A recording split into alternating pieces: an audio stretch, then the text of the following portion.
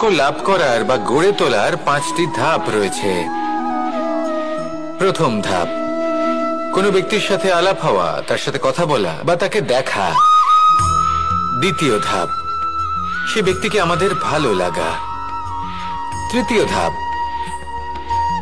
আমাদের এটা চাইতে শুরু করা যে জীবনে এই ব্যক্তি যেন আমাদের বন্ধু হন, আমাদের জীবনে থাকেন, বা আমাদের কাউকে ভালোবেসে ফেলা আর এটা আমাদের ভাবা বা চাওয়া যে সেই ব্যক্তি যেন আজীবন আমার সাথে থাকেন, আমার জীবনে আমার সাথী হয়ে।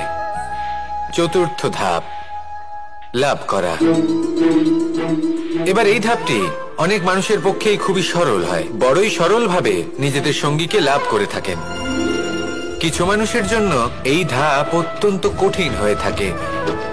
অনেক প্রতিকূল পরিস্থিতির উপর জয়লাভ করে তারা সঙ্গীকে লাভ করেন, কিন্তু লাভ অবশ্যই করেন।